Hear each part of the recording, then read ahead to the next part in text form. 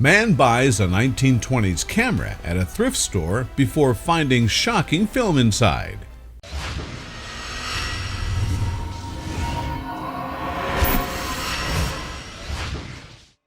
Thrift stores are a little like casinos. They're filled with potential fortunes, just waiting to be found by the lucky gambler.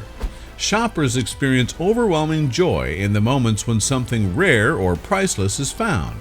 But there's more often heartache when money is spent on a worthless item. It's truly a game of chance that few will win. With this in mind, photographer Martin Van Oors tries not to get too excited when he stumbles upon what looks like an ordinary camera in a thrift store.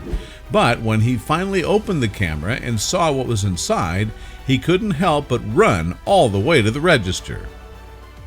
The classic Tessar lens and accordion folding bed made it clear that this camera wasn't just old, it was an antique. Specifically, it was a Zeiss Icon 522. Martin's next question was obvious. How old was it? He couldn't just tell by looking at it, so Martin added the camera to his collection where it fit right in among the other antiques. Still, it wasn't until he heard a rattling noise that he uncovered the real fortune buried in the camera. That rattle came from an old film roll that still resided inside the camera. Suddenly, the camera was no longer an interesting find.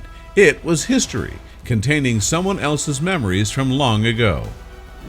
Anyone's instinct would be to check out the film, but it wasn't that easy. Martin had no idea how old the camera or the roll was. The only hint he had to go by was something printed onto the film. The word expose gave Martin one hint. The camera, or at least the film, was from France. Martin knew he was out of his element, so he enlisted the help of his friend Johann Holman, who just happened to have an incredibly useful skill. Johann was an expert at developing film. The duo set out to answer their questions about the camera once and for all. They were determined to learn how old the camera was, and even more interestingly, what was on the film roll. It didn't take long for them to figure out what year the camera was manufactured, 1929. The roll of film was only slightly younger. Johann estimated that it was produced somewhere between the 1940s and 1970s, truly a piece of the past.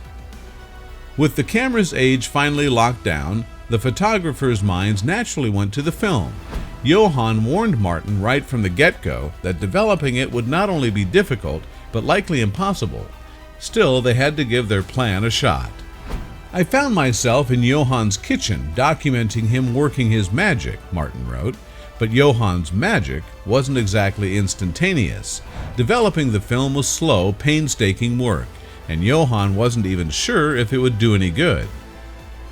The good news? Johann was able to determine the film's age, and the number left Martin speechless.